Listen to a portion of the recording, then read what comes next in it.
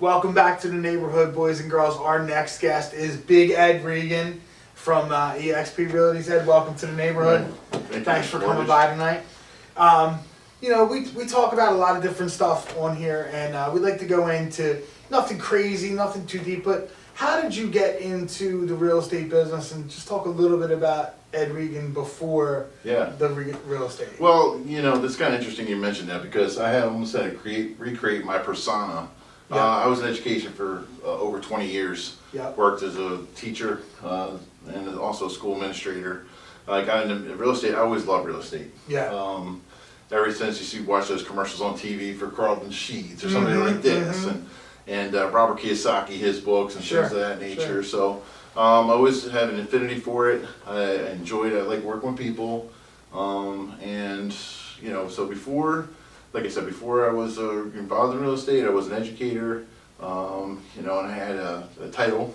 My kids used to call me Dr. Regan because I have a doctorate in education. And so I had to change the persona, and I was sitting with a colleague, and I said, you know what, I'm a big guy. A lot of my friends call me Big Ed. Why don't I just call myself Big Ed? And that stuck. It fits. It fits. At least, and if I keep getting any bigger, I'm not going to fit, but that's okay.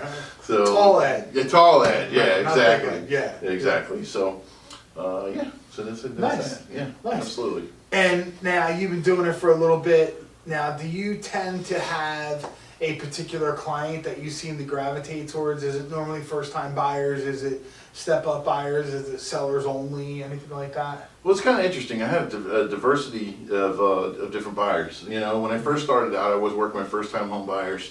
I think my background in education really led to that, because I was teaching them the process as I was working from beginning to end. Also I work with families. I work with investors. So I would say, I worked with a lot of different clients over the 4 years I've been doing it in different areas. If you looked at the map, on my Zillow map, you would see I worked everywhere from all the way down to Wildwood. I actually have the closing up in Newark, New Jersey, which, that was one. But most of my stuff is South Jersey 95 corridor, working with a diversity of clients, different backgrounds. This is socioeconomic. But yeah, if you're looking at first-time home buyers, I do like working with them because you're teaching them the process. It's just worked with a couple of my clients, the last closing that I just had, and they were both first-time home buyers. And it's just neat just to teach them about the process. Nice. And do you have, you've had a lot of clients, is there like a client that's your favorite client or closest to your heart, where you can remember like that person never thought they were going to buy a house, or that person was kind of hopeless, and then they got to the closing and they were so overwhelmed, and anything like that? Yeah, of course. Do I have a favorite? Now, come on, you're asking. It's like asking if you have one of your kids or your favorite. I mean, I got one. So so anyway, but to be honest with you, once you get somebody when they get that fire in their eyes and they see, oh man, I can actually do this and get them over the hump. Yeah, I had a couple people like that, and I just was talking to one of my clients that's actually looking to buy a new home. And she said, I remember you the first time. I didn't think I'd be able to do this. You walked me through the process. I got to buy my first house, and it's just that feeling of joy. That feeling of joy that you see. So absolutely, I think that's great. So I have a couple people like that. Like I said, I don't want to single anybody out. But it's just neat to see when they buy their first home, and one of the coolest, one of the funniest things is when you're taking, I'm a little bit older guy. So when you're taking some of the younger clients out and you show them like a phone jack on the wall or something, like they don't know what it is. Yeah, what's that? Rotary phone. Exactly. How's that work? Exactly. So stuff like that, it's just fun. So yeah. Awesome. Okay, so let's talk a little bit about fast forward. Will bring us to July of 2024. Where is Big Ed? What are some of the goals that you have on your goal sheet that you're going to check off between now and then? Well, it's interesting because, as you know, I made a move not that long ago, and I wanted to learn from, when I was learning, I wanted to learn from some of the best in the industry, and I got a chance to, work with McKenna, and, he's shown me a lot. I think that, that's part of my progression, and also working with some of the other people that I already work with in the industry, to take that and actually build the systems in place to make my 2024 when I finally get there, to build that book of business that's going to be a repeat business, a referral business, that kind of thing. But you just always stay in contact with my clients where they become friends, and there's the sky's the limit, but it's really the planning and the systems-based approach that's actually going to make things better for my future. And it's different when you change your career at 47 years old. Now I'm 51, so you're like, okay.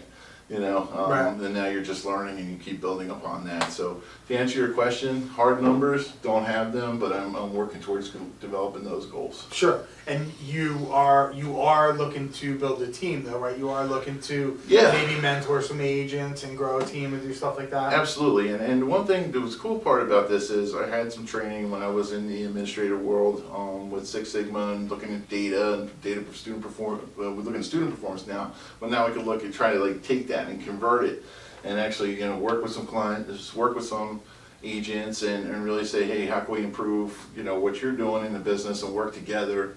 And I think that in that leadership piece, I'll be able to help out with that as well. And nice. Just as far as I get better, then I'll be able to transfer that knowledge to somebody else. Nice, I like it. Yep. All right. So what do you do? What does Ed do outside of real estate, either for your spirit or your heart or your free time or hobbies or anything like that? What do you do to relax or to kick back? Man, that's a great question because I'm still trying to figure that out. But if I get an opportunity, I like to spend some time with my kids. I do some fishing, stuff like this. I haven't had a chance to do that recently because they're just coming over being sick and whatnot. But I just think that that kind of thing. Maybe go see a couple games this year. I'm gonna try to catch my former team, the Terps, down in Maryland. Nice. Just see them play and just stuff like that. I really don't nothing major. So since you played D1 college football, I'll ask you a question about that. We see these movies that are out there, whether it's Friday Night Lights or Blue Chips or anything like that. Yeah.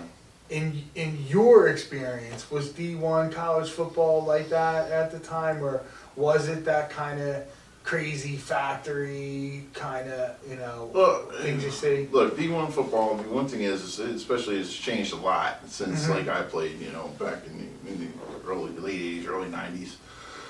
But I will say this, you're there, that it's a full-time job. You're there, they know you're not just, but you also have to be a student. So to answer your question, some of the stuff is very romanticized. Right. Some of the stuff, I'm still feeling the pain.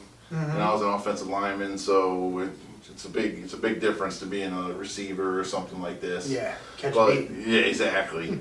And but I'll tell you what it has taught me, and that's the one thing it has taught me, and that's what the benefit of playing football at such a high level and meeting some tremendous people is the ability to get back up again and the resiliency that you have. And I think that in itself has really been a life lesson. Yeah. So sometimes you get knocked down and you get back up again. And it's I'm not going to sing a song, but you understand what I'm saying. Sure. I just think that's really what taught me a lot of positive things in life and that resiliency. And but to answer your question, like Blue Chip stuff, like they romanticize a lot of it.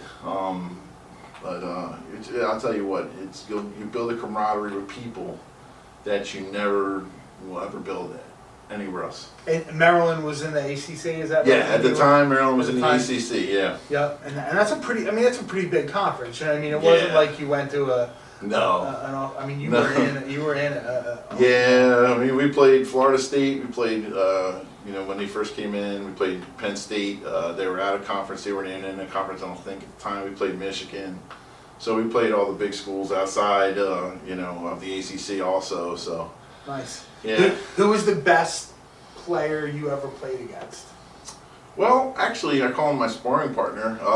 Was Larry Webster. He was tough. He played. Larry was tough as nails. He played for the Baltimore Ravens when they won the Super Bowl in '01. Yeah. Guy squatted 700 pounds 3 times. Wow.